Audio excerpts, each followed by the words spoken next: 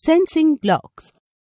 Sensing blocks in Scratch sense the input from the keyboard or the mouse at the time of execution of a script.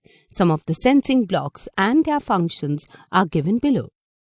Ask "What's your name?" and wait block prompts the user to type the input using the keyboard. It waits for the user input.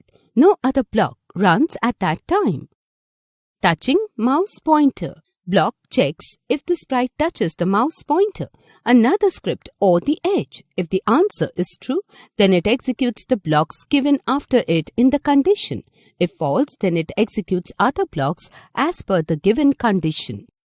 Touching color. Block checks if the sprite is touching the color chosen in the block. If true, then it executes a set of blocks, else executes another set of blocks.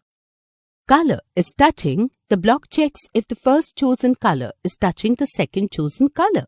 If true, then it executes a set of blocks, else executes another set of blocks.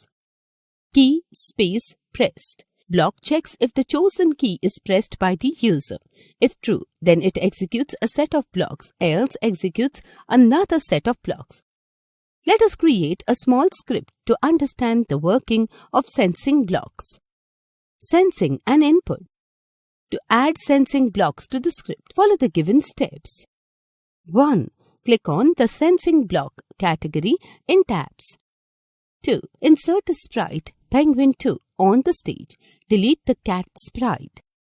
3. Add a new backdrop to the stage, Arctic.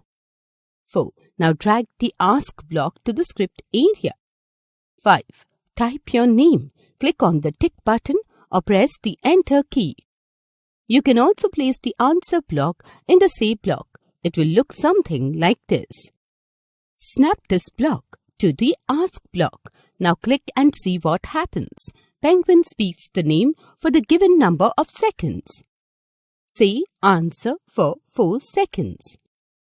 You can change the question in the Ask block to any question of your choice. Click on the text box and type the question.